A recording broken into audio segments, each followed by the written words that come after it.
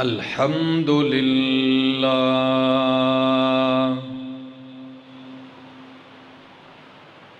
الحمد لله رب العالمين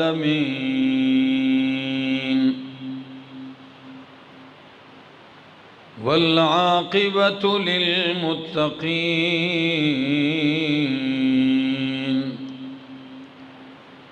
والصلاة والسلام على أشرف الأنبياء والمرسلين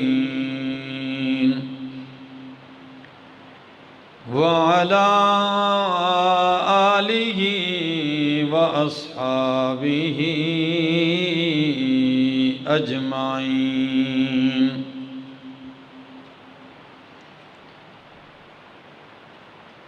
أما بعد فأعوذ بالله من الشيطان الرجيم.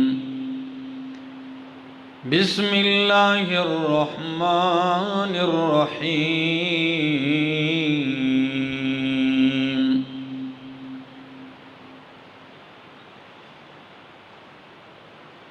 يا أيها الناس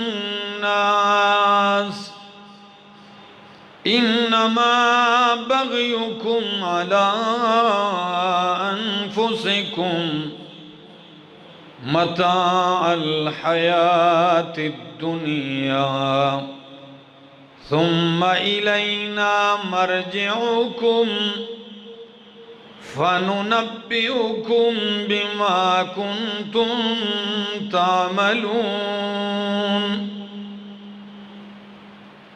إنما مثل الحياة الدنيا كماء أنزلناه من السماء فاختلط به نبات الأرض مما يأكل الناس والأنعام حتى إذا أخذت الأرض زخرفها وزينت وظن أهلها أنهم قادرون عليها أتاها أمرنا ليلا أو نهارا فجعلناها حصيدا كأن لم تغن بالأمس كذلك نفصل الآيات لقوم يتفكرون. سبحان ربك رب العزة عما يصفون وسلام على المرسلين والحمد لله رب العالمین. انتہائی قابل عزت، قابل احترام ذی قدر بزرگوں، بھائیوں، عزیزوں، نوجوان ساتھیوں، السلام علیکم. دعا اور التجا ہے دربار الہی کے اندر کہ اللہ مجھے حق سچ کہہ سکنے، سمجھا سکنے کی توفیق نصیب فرمائے، اور بعد ازاں مجھے اور آپ سب کو عمل کی بھی توفیق نصیب فرمائے.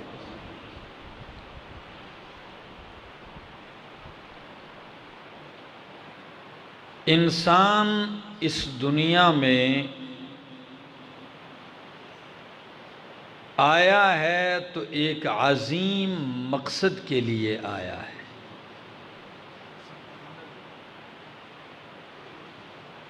اور وہ عظیم مقصد جو انسان کی تخلیق کی وجہ ہے، اس کو پیدا کرنے کا سبب ہے، وہ ہے اللہ کی بندگی، اللہ کی وحدانیت. سورہ زاریات میں اللہ نے فرمایا وَمَا خَلَقْتُ الْجِنَّ وَالْإِنسَ إِلَّا لِيَعْبُدُونَ. کہ اس دنیا میں اللہ کی عبادت کے لیے انسان پیدا ہے کہ اللہ کی وحدانیت کا اقرار کرے، اعلان کرے، اس پر ایمان رکھے۔ اسی لیے دنیا کو دار العمل کہا گیا، دار الامتحان کہا گیا، دار فانی کہا گیا، اور یہاں جو کچھ کرے گا اس کے بعد اس کو بدلے میں جو ملے گا تو وہ دوسرا جہان ہے، جسے دار الآخرہ کہا گیا، جسے دار الجزا کہا گیا، اور جسے دار البقا کہا گیا۔ یہاں وہاں یا تو پھر نعمتیں بھی ہمیشہ ہمیشہ اور جہنم بھی ہمیشہ ہمیشہ رہے گا۔ انسان اس دنیا میں آیا اور بھولتا گیا، اپنے مقصد کو بھی بھول گیا، اور جہاں ہمیشہ کے لیے جانا ہے جسے آخرت کہا جاتا ہے اسے بھی بھول گیا۔ قرآن کریم میں اللہ رب العزت نے اس انسان کو جگایا ہے، جھنجھوڑا ہے، اس کو متنبہ کیا کہ جاگ جا انسان، تو جس فانی دنیا پہ دل دے بیٹھا ہے تیرا دل اس لیے نہیں تھا۔ تو جس فانی دنیا پہ مغرور ہو چکا ہے، دھوکہ کھا چکا ہے، یہ دنیا، اس کی زینت یہ تیرے ہاتھ آنے والی چیز نہیں ہے، نہ تجھ سے پہلے کسی کے ہاتھ آئی ہے، نہ تیرے ہاتھ آئے گی، نہ تیرے بعد کسی کے ہاتھ آئے گی۔ اور مالک کا احسان ہے کہ مالک نے اپنے بندے کو سمجھایا ہے، ایک انداز سے نہیں، مختلف طریقوں سے سمجھایا ہے۔ آج کے اس مختصر سے وقفے میں آپ کے سامنے اس دنیا کی حقیقت اور اس دنیا کی زندگی کی حقیقت جو میرے مالک نے 3 مثالوں کے ذریعے بیان کی ہے وہ پیش کروں گا۔ کتنی مثالوں کے ذریعے؟ 3۔ ایک مثال سورہ یونس میں، دوسری مثال سورہ کہف میں، اور تیسری مثال سورہ حدید میں۔ سنیے قرآن پاک اور اپنے گریبانوں میں جھانکیے اور بیدار ہو جائیے۔ فرمایا یا ایھا الناس، 11واں پارہ، سورت کا نام سورت یونس اور آیت نمبر 23 ہے۔ فرمایا یا ایھا الناس، اے لوگو، انما بغیکم علی انفسکم، یہ جو تم بغاوت کر رہے ہو، یہ زیادتیاں، یہ آکڑ، یہ غرور، یہ بڑائیاں، یہ تمہاری اپنی جان پر ہے، اس کا وبال تم ہی پہ پڑے گا۔ کیوں؟ متاع الحیات الدنیا، جن پیسوں پہ، دولت پہ، عہدے پہ مغرور ہے تو، اس کی حقیقت کیا ہے؟ متاع الحیات الدنیا، یہ دنیا کی زندگی کا سامان ہے، متاع ہے۔ ہری پور والو، قرآن نے لفظ ذکر کیا ہے متاع، ادھر فرمایا متاع، متاع الحیات الدنیا، دوسرے میں مقام پہ فرمایا متاع قلیل، تھوڑا سا متاع ہے، اور تیسرے مقام پہ فرمایا متاع الغرور، دھوکے کا متاع ہے۔ آپ کہیں گے لفظ متاع کا معنی کیا ہے؟ عرب کے ایک عالم ہیں، وہ کہتے ہیں مجھے قرآنی لغت کو عرب کی بدوؤں کی زبان میں سمجھنے کا بڑا شوق تھا، تاکہ میں اصل عربیت کو پہچانوں کہ یہ لوگ اپنے محاورے میں قرآنی لفظ کیسے استعمال کرتے ہیں، تاکہ قرآن کا مغز سمجھ میں آ جائے۔ کہتے ہیں میں دیہات میں چل رہا ہوں، گھوم رہا ہوں، ایک عورت دروازے کے باہر برتن دھو رہی ہے، ہنڈیا دھو رہی ہے، تو جس ٹاکی سے ہنڈیا دھو رہی ہے اس ٹاکی کو پاس رکھا اور ہنڈی کھنگالنے لگی۔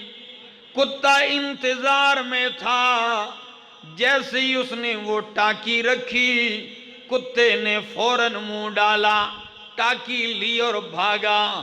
عورت کی منہ سے ایک جملہ نکلا، چیخ کے کہتی ہے وہ دیکھو کتا بھاگ گیا، جاء الکلب واخذ المتاع وفر الى الجبل۔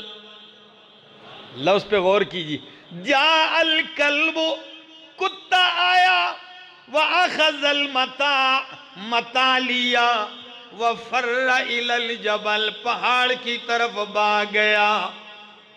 عالم فرماتے ہیں میرے دماغ میں بات آ گئی، مجھے سمجھ آ گیا کہ یہ بدو متاع کس کو کہتے ہیں۔ ہنڈیا کی وہ ٹاکی جس کے اوپر ہلکی ہلکی تری لگی ہوئی ہوتی ہے، سالن پکا ہوتا ہے ترکاری تو اس کی معمولی سی تری لگی ہوتی ہے۔ کتے کو دھوکہ لگ گیا، وہ سمجھ گیا تری ہے، کوئی کھانے کی چیز ہے، میرا پیٹ بھر جائے گا۔ اس معمولی تری کو دیکھ کر وہ ٹاکی لے گیا۔ قرآن کی بات سمجھ میں آ گئی کہ متاع الحیات الدنیا، دنیا میں جتنی بھی دولت ہے، بادشاہیاں ہیں، خزانے ہیں، جتنی بھی پراپرٹیاں ہیں، تجارتیں ہیں، یہ جتنے بھی بادشاہوں کی بادشاہتیں ہیں، یہ وہ ہنڈیا کی ٹاکی پہ لگی ہوئی تری ہے۔ اب کوئی بات سمجھ میں آئی؟ لفظ قرآن کا اندازہ لگائیے کیسا لفظ استعمال کیا، متاع الحیات الدنیا۔ او انسانا، تو جتنی بغاوت بھی کرتا ہے، مستی کرتا ہے، جس دولت پہ مغرور ہے، اس کی حقیقت اس ٹاکی پہ لگی ہوئی تری کے سوا کچھ نہیں ہے۔ جس طرح وہاں کتا دھوکہ کھا گیا، اسی طرح تو دھوکہ نہ کھا جانا۔ اگر تو دھوکہ کھا گیا تو تو اور کتا برابر ہو جاؤ گے، دھوکہ نہ کھانا۔ ذرا اگلی بات سنیے، پھر میرے مالک نے مثال سے سمجھایا، فرمایا انما مثل الحیات الدنیا کماء انزلناہ من السماء۔ آپ بیداری کا ثبوت دیں گے؟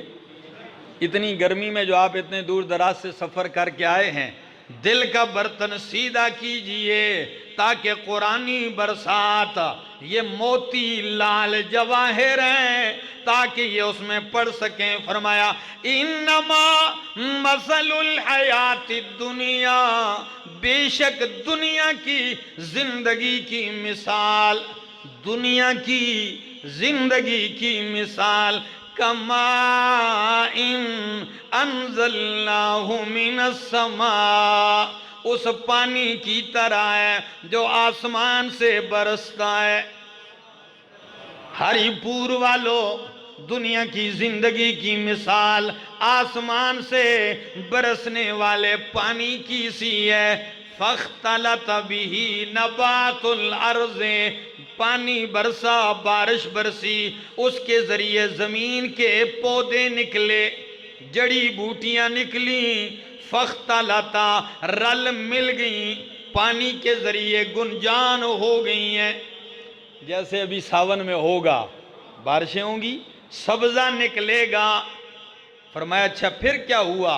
وہ سبزہ جو نکلتا ہے جسے لوگ بھی کھاتے ہیں، حیوان بھی کھاتے ہیں، کھانے کی کچھ انسانوں کے کھانے کی، کچھ حیوانات کے لیے گھاس ہوتی ہے، حتی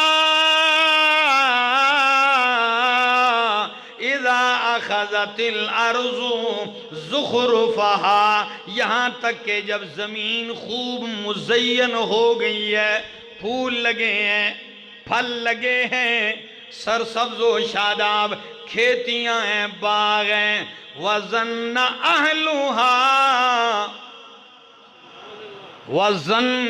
أَهْلُهَا باغ کا مالک، کھیتی کا مالک یہ گمان کر بیٹھا ہے أَنَّهُمْ قَادِرُونَ عَلَيْهَا کہ اب تو بس کچھ دنوں کی بات ہے۔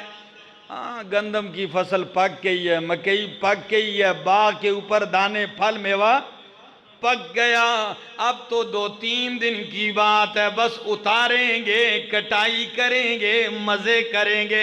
اس کا یہ گمان ہے کہ اب تو میری فصل میرے قابو میں آ گئی، لیکن پتہ نہیں یہ رات کو سویا رہا۔ قرآن کہتا ہے اتاہا امرنا لیلاً او نہارا، رات کو یا دن کو ہمارا حکم عذاب والا آ گیا، فَجَعَلْنَاهَا حَصِيدًا، ہم نے اسے کاٹ کے چورا چورا کر دیا، ایسے مٹا دیا كَأَن لَّمْ تَغْنَ بِالْأَمْسِ، گویا کہ کل یہاں کھیتی باغ تھا ہی نہیں۔ اب آپ کہیں گے اس سے کیا سمجھ میں آیا؟ اس سے کچھ بات سمجھ میں آ رہی ہے۔ آخر میں لفظ فرمایا كَذَلِكَ نُفَصِّلُ الْآيَاتِ، اسی طرح ہم کھول کھول کے بیان کرتے ہیں اپنی آیتیں، کس کے لیے؟ لِقَوْمٍ يَتَفَكَّرُونَ، اس قوم کے لیے جو فکر کرتے ہیں۔ آئیے ہری پور والو مثال کی وضاحت سمجھیے۔ بارش برسی، پھل نکلے، باغ اگے، چمن چمکے، زینت ہو گئی ہے، تشبیہ باغ کی ایسی بنا دی کہ لفظ استعمال کیا کہ اخذت الارض زخرفہا وزینت، اصل میں یہ کہتے ہیں دلہن کو سجانے کو۔ زینت زخرف کس کو سجانا؟ دلہن کو سجانا۔ تو جیسے شادی کے لیے دلہن کو سجایا جاتا ہے، ہاں زیورات، میک اپ، پاکیزگی، لباس، کس لیے سجایا جاتا ہے؟ تاکہ خاون کی جاذبیت لے، خاون کو راغب کرے۔ تو جس طرح دلہن سجائی جاتی ہے، خاون کا دل اس کی طرف محبت بڑھتی ہے، کھینچاؤ بڑھتا ہے، ایسے ہی دنیا ان پھلوں سے، پھولوں سے، باغوں سے، پودوں سے دلہن کی طرح سج گئی ہے، اور انسان اس پہ دل دے بیٹھا ہے۔ اچانک رات ہوئی، دن ہوا، صبح جب جا کے دیکھا تو باغ پہ سیلاب، طوفان آیا، عذاب آیا، یا تو جل کے راکھ ہو گیا، یا تو سیلاب سے چور چور ہو کے ختم ہو چکا ہے۔ تو جس طرح اس کی ساری امیدوں پہ پانی پھر جاتا ہے، بالکل اسی طرح انسان ہے۔ دنیا بنا رہا ہے، کوٹھی بن گئی، بنگلہ تیار ہو گیا، مارکیٹ بن گئی، محل تیار ہو گیا، اب اس کا دل کیا ہے؟ اب کہتا ہے ہون تے میری فکر ہی کوئی نہیں، بس میں نے محنت کی ہے، 20 سال پردیس میں، 30 سال پردیس میں گزارے ہیں، اب تو میں آ گیا ہوں، گھر بھی بن گیا،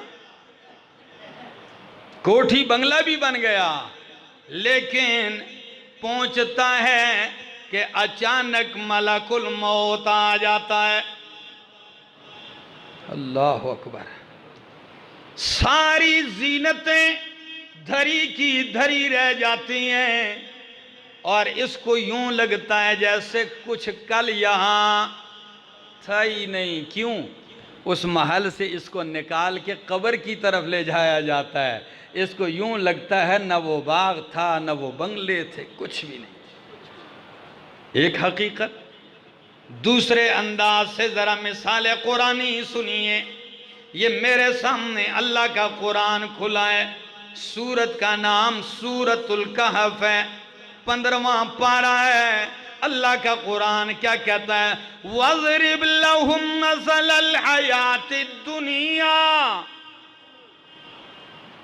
میرا پیغمبر ان لوگوں کے سامنے دنیا کی زندگی کی مثال بیان کر، سمجھا ذرا انہیں، یا اللہ کیا مثال ہے؟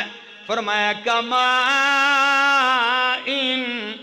اس پانی کی طرح ہے جسے ہم برساتے ہیں آسمان سے، فاختلط بہ نبات الارض، اس کے ذریعے پھل پودے آپس میں رل مل کے گنجان پیدا ہو گئے ہیں، پھر ایک وقت آتا ہے فَأَصْبَحَ حَشِيمًا، کھیتی پکی تیار ہوئی، تھریشر چلا، چور چور ہو گئی ہے، حشیمن۔ اصل میں حشیم اس گھاس کو کہتے ہیں جس کو جانور پاؤں کے نیچے روند روند کے چور چور کر دیں۔ جو لوگ حیوانات پالتے ہیں نا ان کو پتہ ہے، تو پاؤں کے نیچے بھوسا بنا دیتے ہیں۔ اور نبی کریم صلی اللہ علیہ وسلم کے پردادا کا جو نام تھا ہاشم، محمد صلی اللہ علیہ وسلم بن عبد المطلب بن ہاشم، تو ان کو ہاشم کیوں کہا جاتا تھا؟ اس لیے کہ انہوں نے سب سے پہلے یہ طریقہ کار شروع کیا، کھانا چور چور کر کے شوربے میں ڈال کے کھلاتے تھے لوگوں کو۔ تو ہاشم کا معنی ہوتا ہے چورا چورا کرنے والا، تو وہ بھی روٹی چورا چورا کر کے سرید بناتے تھے۔ تو اب حشیم کا معنی کیا ہے؟ وہ جو باغ بارش سے پانی سے گنجان سرسبز و شاداب بنا تھا، آج وہ زرد ہو کے چور چور ہو گیا، تذروہ الریاح، ہوائیں اسے اڑاتی پھرتی ہیں۔ تھریشر چل رہا ہوتا ہے تو بھوسے کے وہ ذرات کتنے دور دور تک ہوائیں اس کو اڑاتی ہیں، تذروہ الریاح، ہوائیں اسے اڑاتی پھرتی ہیں۔ فرمایا وَكَانَ اللَّهُ عَلَى كُلِّ شَيْءٍ مُقْتَدِرًا، اللہ ہر چیز پر قادر ہے، جو ایک دانے سے پودا بنا کے سرسبز بنا کے پھر زرد کر کے چور چور کر سکتا ہے، وہ انسانا اسی طرح تجھے بھی ایک قطرے سے انسان، پھر جوان، جوان کے بعد پھر بڑھاپا، بڑھاپے کے بعد قبر میں چور چور کر سکتا ہے، کرے گا۔ یہ حقیقت ہے آپ کی زندگی کی۔ کتنی مثالیں ہو گئیں۔ تیسری مثال، اللہ، یہ میرے سامنے اللہ کا قرآن ہے، 27واں پارہ ہے، سورت کا نام سورت الحدید ہے، سورت الحدید، اور آیت نمبر 20 فرمایا اعلموا انما الحیات الدنیا لعب ولہو وزینۃ۔ ہری پور والو، آپ نے کبھی غور کیا ہے قرآن کریم میں اللہ رب العزت نے دنیا کی زندگی، اس دنیا کو پانی سے تشبیہ دی ہے اکثر مقامات پر؟ اس میں کوئی حکمت تو ہوگی نا؟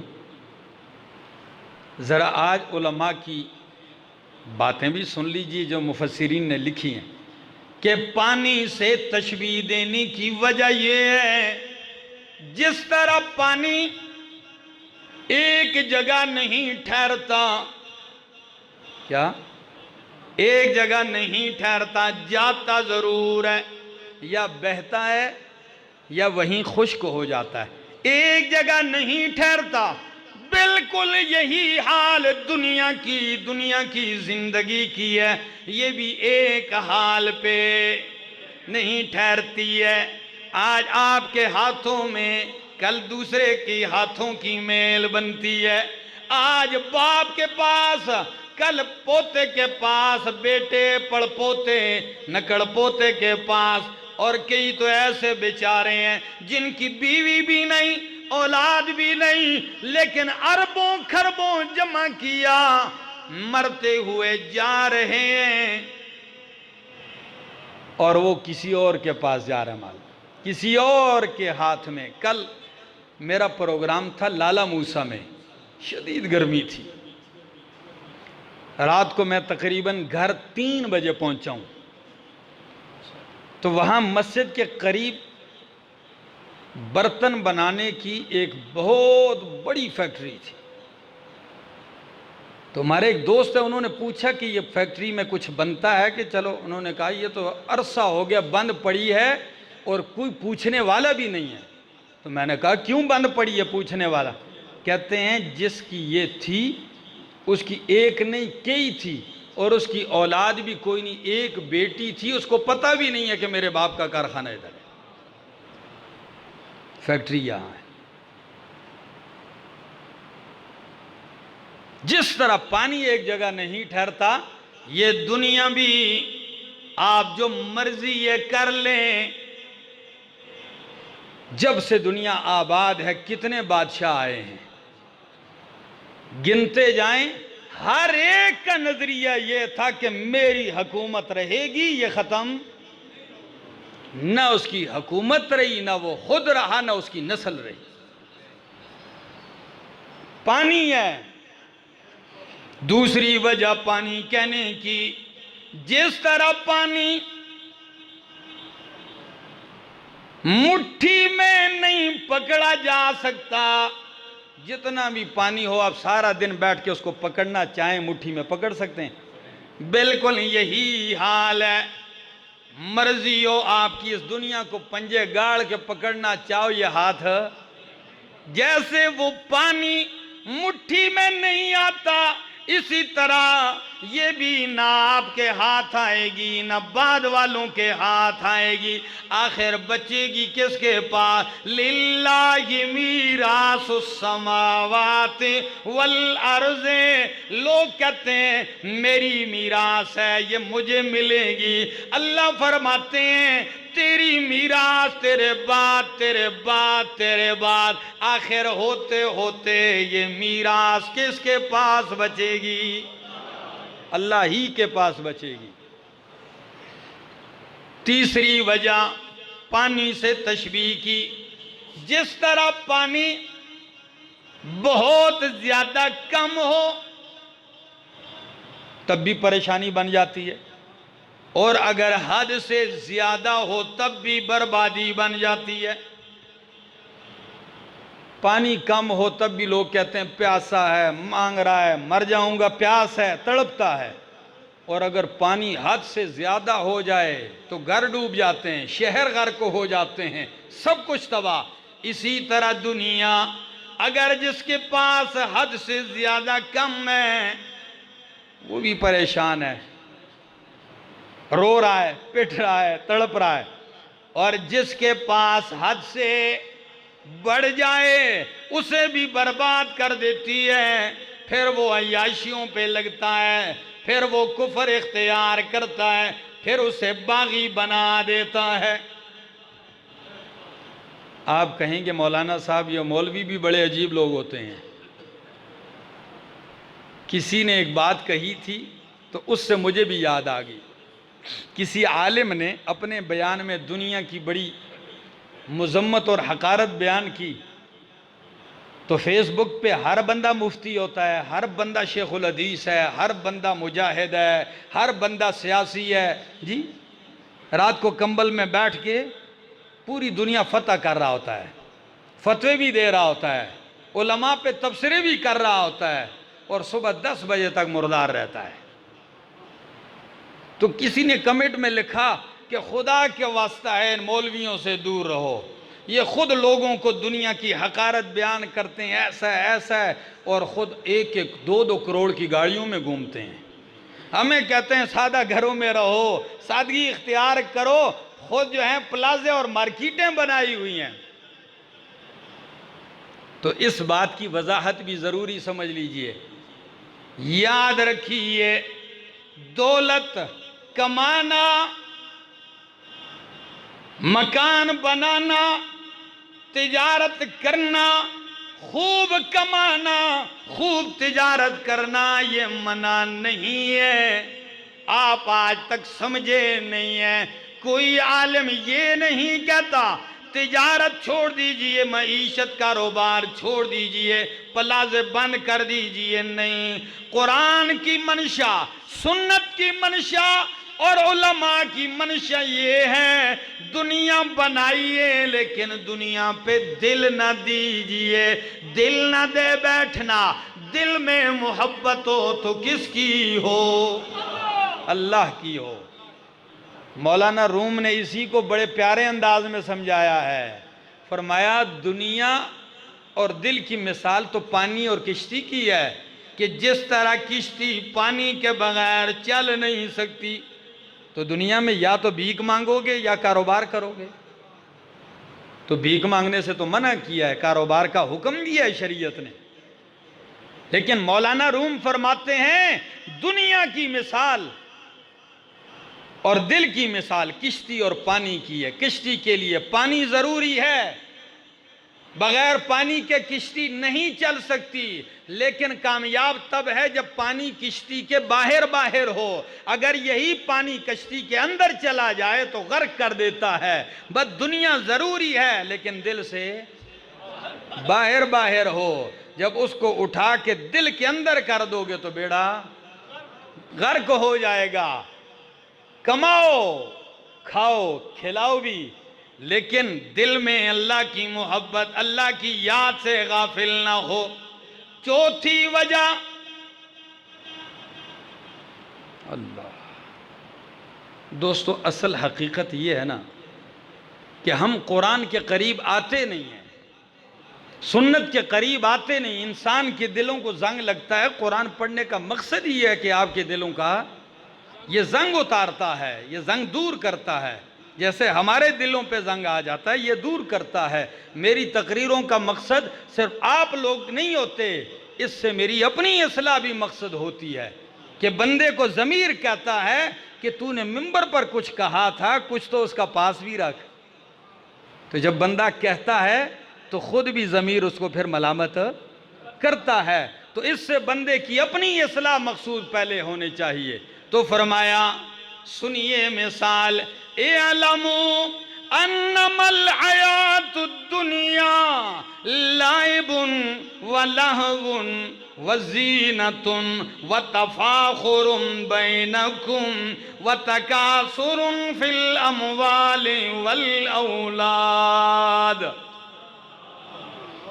واہ میرے رب کی کتاب، کیا سمجھانے کا انداز ہے۔ فرمایا جان لو دنیا کی زندگی لعبن کھیل ہے، ولہون تماشا ہے، وزینتن زیب و زینت ہے، آرائش ہے، وتفاخر بینکم تمہارا ایک دوسرے کے مقابلے میں فخر کرنا ہے، وتکاثر فی الاموال والاولاد ایک دوسرے کے مقابلے میں مال اولاد کی کثرت کی طلب اور ہرس ہے۔ بس یہی ہے دنیا کی زندگی۔ پتہ ہے پوری زندگی اس آیت کے آدھے سے ٹکڑے میں اللہ نے بند کر کے رکھ دی۔ زندگی کے کئی حصے ہیں۔ زندگی کا پہلا حصہ ہے پیدا ہوتا ہے بچپنا، تو بچپن میں زندگی لعبن ولہون، سب کچھ بچے کو کیا نظر آتا ہے؟ کھیل اور تماشا۔ اگر آپ 3 سال کے بچے کو لے آئیں 2 سال کے بچے کو مسجد، تو جب وہ دیکھے گا تو یہ آپ کی نماز، آپ کا اٹھنا بیٹھنا، یہ صفوں میں بیٹھنا، یہ سارا اس کو ایک کھیل اور تماشا نظر آئے گا۔ ساری دنیا اس کے لیے کھیل تماشا ہے۔ ایک مرحلہ یہ ہے زندگی کا، یا تماشے دیکھتا ہے، یا تھوڑا سا بڑا ہوتا ہے تو خود کھیل کے میدان میں کود پڑتا ہے۔ یہ زندگی کا پہلا مرحلہ۔ دوسرا، وَزِینَةٌ وَتَفَاخُرٌ، دوسرا حصہ جب لڑک پن جوانی آتی ہے، پھر بندہ اپنے آپ کو سنوارنے لگتا ہے۔ زینتن، پھر گھنٹوں بال کنگھی کرتا ہے، گنتا ہے اتنے بال اس طرف کرنے، اتنے بال اس طرف کرنے ہیں جی، پھر ہر دن کٹنگ کرتا ہے، دیکھتا رہتا ہے۔ زینت۔ پھر لباس، شیشے میں گھنٹوں دیکھتا ہے کہ یہ لباس سوٹ کرے گا کہ نہیں، یہ لباس کیسا لگے گا، یہ کلر میرے ساتھ کیسا لگے گا، پھر پہنتا ہے، بال بناتا ہے، پھر جب نکلتا ہے تفاخر، اوئے ہوئے میرے جاتے ہے ہی کوئی نہیں جی، ہم سا کون ہے۔ پھر ملے گا بھی تو زیادہ قریب سے نہیں، ایسے دور ملے گا، بھائی میرے کپڑوں کی استری نہ خراب ہو جائے، ایسے انگلی سے گرد اڑائے گا۔ زینت، جسم سنوار رہا ہے، بنا رہا ہے، رخسار پہ توجہ، آنکھوں پہ توجہ، پلکوں پہ نظریں ہیں، دیکھتا ہے کہ بھائی میں کیسا لگ رہا ہوں، تھکتا ہی نہیں ہے شیشے کے سامنے۔ یہ مردوں کا حال ہے، عورتوں کا تو اس سے بھی بہت آگے ہے، کیونکہ عورت تو ہے ہی زیورات میں پلنے والی، قرآن کہتا ہے نا زیورات میں پلنے والی۔ تو آج کل کے نوجوانوں کا یہ حال ہے، تو پھر عورتوں کا حال تو اس سے بھی اوپر ہوگا، سینکڑوں قسم کی چیزیں ہوتی ہیں۔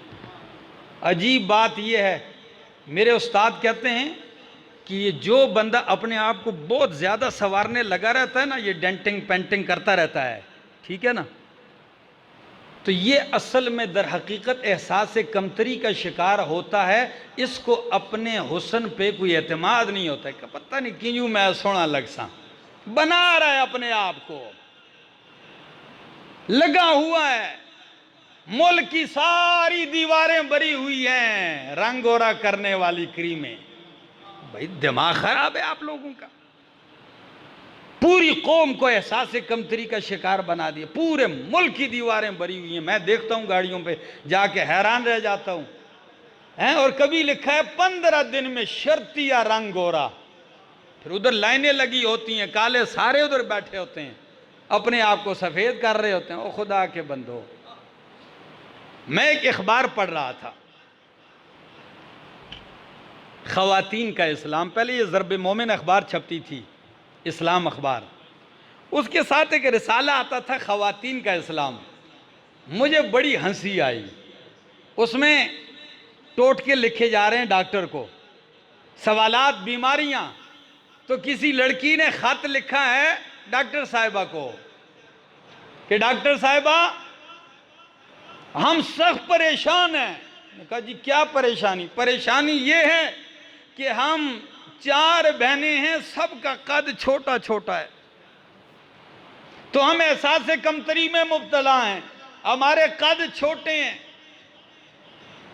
کوئی ایسی دوائی نسخہ تجویز کریں کہ ہمارا قد بڑھ جائے۔ یہ بھی ایک مسئلہ ہو گیا ہے نا، یہ بھی دیواریں کالی ہو گئی ہیں، 6 مہینے میں 6 انچ تک قد بڑھے گا۔ واہ بھائی واہ۔ تو یہ میں خط جب پڑھنے لگا مجھے بڑی دلچسپی ہوئی، ڈاکٹر کیا کہے گا؟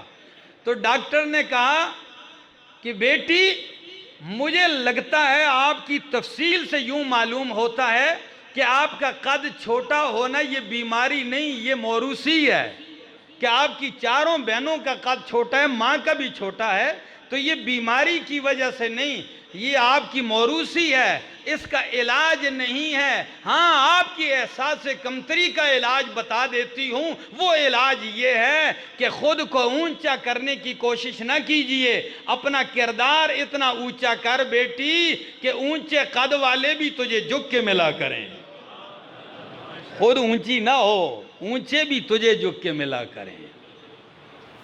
کیا بات ہے یار! تو جوانی کی عمر کا اشارہ کر دیا، لہو و زینت و تفاخر، زینت ہے اور پھر ایک مرحلہ آتا ہے، وہ کیا؟ تفاخر بینکم و تکاثر، جب جوانی بھی تھوڑی گزر جاتی ہے، بچے ہونے لگتے ہیں، پھر زیب و زینت کی اتنی فکر نہیں ہوتی، پھر کس کی ہوتی؟ کوٹھی اچھی ہو جائے، بنگلہ اچھا بن جائے، میری اولاد زیادہ ہو جائے۔ یہی وجہ ہوتی ہے جب عمر اولاد آنے لگتی ہے نا، پھر اپنے آپ کو بنانا سنوارنا چھوڑ دیتے ہیں۔ پھر لوگ کہتے بھی ہیں ابو جی استری والے کپڑے پہن لو، چھوڑ میں نہیں استری کرتا، ابو جی بال تو کنگھی کا، چھوڑ یار جی، بغیر استری کے نکل جاتا ہے۔ پھر کیا طلب پیدا ہو جاتی ہے؟ زندگی کا یہ مرحلہ تکاثرن، کیا؟ فلاں کی کوٹھی سے میری کوٹھی بڑی ہو جائے، فلاں اتنے کما رہا ہے میں اتنے کما رہا ہوں۔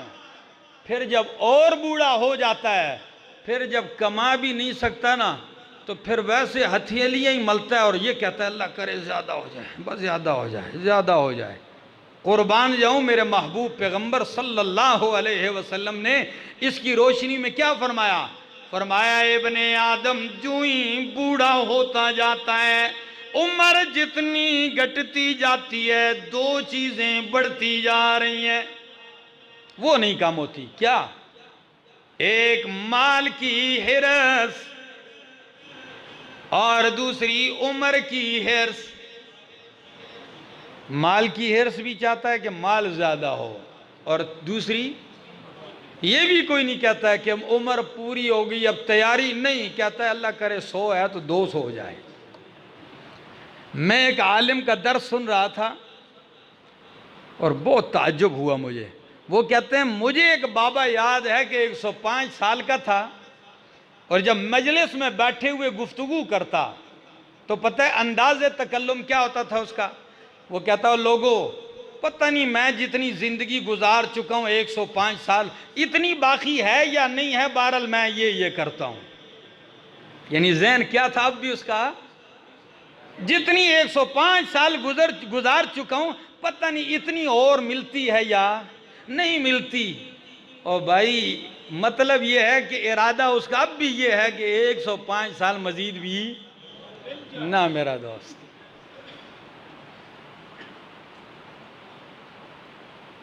یہ غفلت ہے۔ یہ کیا ہے؟ یہ بالوں کا سفید ہونا، یہ بینائی کا کمزور ہونا، یہ حافظے کا کمزور ہو جانا، یہ چہروں پہ جھریاں آ جانا، وہ رونق ختم ہو جانا، وہ کانوں کی سنوائی کم ہو جانا، وہ قوت بازو کم پڑ جانا، وہ رانوں اور پنڈلیوں کا کپ کپانا، یہ لاٹھی آ جانا، دلیل ہے کہ اب جوانی کی طرف نہیں جا رہا، اب قبر کی طرف جا رہا ہے۔ اب ادھر کے احساسات پیدا کیجئے۔ یہ ساری علامتیں ہیں، یہ آگاہی ہیں۔ فرمایا تفاخر بینکم و تکاثر فی الاموال والاولاد کمثل غیث اعجب الکفار نباتہ ثم یہیج فتراہ مصفرا ثم یکون حطاما۔ مسجد نمرہ میں آنے والوں، آپ نے کبھی غور کیا بنجر زمین ہے، خشک زمین ہے، باران رحمت برستی ہے، مہینے کے اندر اندر فصل اگتی ہے، کسان جا کے دیکھتا ہے، کبھی کھیتی کی ایک جانب سے ایسی ہوا چلتی ہے نا باد صبا، اللہ صبح صبح کے ٹائم لہلہانے لگتی، کتنا مزہ آتا ہے۔ ہمارے یہ جھیل کے کنارے جب لوگ گندم شروع کرتے ہیں نا تو جب وہ سرسبز و شاداب ہوتی ہیں تو میرے سمیت کئی لوگ وہاں جاتے ہیں، دور دور تک ایک سبز چادر بچھی ہوتی ہے، کسان بھی آیا ہوتا ہے دیکھتا ہے، اور جب ہوا ہلکی ہلکی چلتی ہے کیا ہی لطف ہوتا ہے۔ کہاں وہ دانا، پھر باریک سی کومپل، اب کھیتی اپنی جوبن میں آ گئی، رونق میں آ گئی، لیکن چند مہینے گزرنے کی دیر ہے، وہ سبزہ وہ چمک ختم ہوگی، زردی آ گئی۔ جب زردی آ گئی، اب وہی کسان جو دیکھ کے خوش ہو رہا تھا اس کے لے لہانے پہ آج وہی کسان آرے تیز کر رہا ہے۔ مشینوں کی تیاریاں، کٹائیوں والوں سے باتیں ہو رہی ہیں، تھریشر بنائے جا رہے ہیں۔ ایسا ہے؟ اچھا، اب جب کٹائی ہو جاتی ہے وہی چمک والی چیز چور چور ہو جاتی ہے۔ انسانا تو بھی ایسا، باریک سی کومپل، کمزور، جولی میں جوانی آیا، خوب شاداب، وہ چہرے کی چمک، وہ چہرے کی رونق، وہ تابانی، وہ خوبصورتی، وہ جمال، جی۔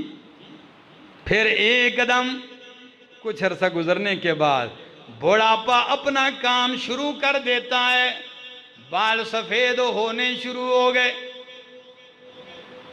اب جب سفید شروع ہو گئے تو کچھ کہتے ہیں جی یہ اصل میں تو ابھی جوان ہوں، یہ وقت سے پہلے ہی ذرا سفید ہو چکے ہیں، لہٰذا میں کالے کرتا ہوں، جی۔ وسمہ لگاتے ہیں، کلف لگاتے ہیں، جی، بالکل سیاہ کر دیتے ہیں، اور کئی تو سیاہ کرنے میں اتنے تیز ہوتے ہیں کہ بال تو چھوڑو، وہ نیچے جلد چمڑی بھی کالی کر دیتے ہیں۔ اللہ کے بندو، میں اس کو حرام نہیں کہتا، لیکن ایک اشارہ ہے کہ انسان کی فطرت دیکھیے، یہ نہیں کہتا کہ میں بوڑھا ہو گیا ہوں۔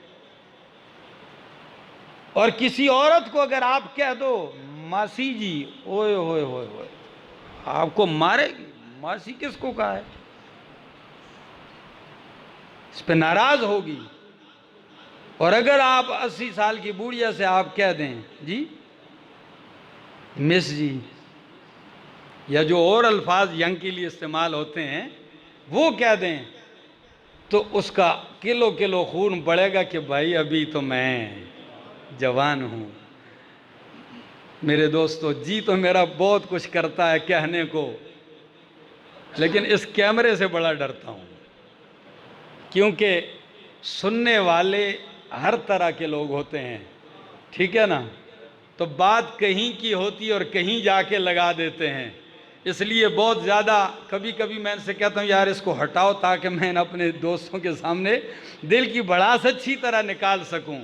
لیکن بہرحال یہ بھی ایک دور کی ضرورت ہے، لوگوں کو فائدہ پہنچ رہا ہے۔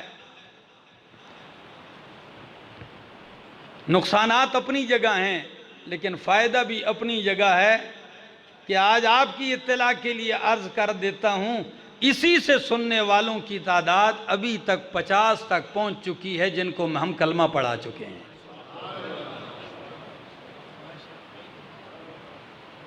جو باہر کی دنیا میں سنتے ہیں، اور جو بدعمل اعمال پہ آئے ہیں، جن کی زندگیوں میں ایک انقلاب آیا، ان کی تعداد ہی معلوم نہیں۔ پھر ہم بھی کہتے ہیں چلو خیر ہے، پہنچ رہا ہے کسی طریقے سے، اللہ کرے پہنچے۔ تو بات کر رہا تھا متاع الغرور، یہ دنیا کی زندگی، جب جوانی چڑھتا ہے، جوانی کے بعد بڑھاپا، اور جب بڑھاپا ہے، جس طرح کسان چھریاں تیز کرتا ہے، ملک الموت بھی آپ کے لیے اپنی تیاری کرتا ہے۔ آج فلاں کا وقت پورا ہو گیا، ادھر جانا ہے۔ آج فلاں بستی میں وقت پورا ہو چکا ہے، ادھر جانا ہے۔ میرا ایک دوست ہے، میں جب بھی ان کو فون کرتا آپ آئیں، کہتے ہیں آج فوت کی ہوگی۔ میں نے پھر کال کی، کہتے ہیں آج پھر ایک تعزیت میں۔ تیسرے دن میں نے پوچھا، کہتا ہے جی آج کل اسرائیل ملک الموت کا جو ہے رخ اس طرف ہے۔ تو یہ رخ جو کہتے ہیں اس طرف ہے، یہ رخ ہماری طرف بھی آئے گا، ہمارے بھی جنازے اٹھیں گے۔ خدا جانے کفن بھی نصیب ہوگا نہیں ہوگا۔ بس دعا یہ ہے کفن نصیب ہو یا نہ ہو، ایمان کی سلامتی نصیب ہو، بس۔ کفن اگر ریشم کا بھی مل جائے، صندوق اگر سونے کی بھی ہو جائے تابوت، اور قبر میں بچھونا اگر ململ کا بھی ہو جائے، ایمان نہ ہو تو کچھ حاصل۔ اللہ ہمارا خاتمہ ایمان پہ فرمائے، زندگی باقی ملاقات باقی۔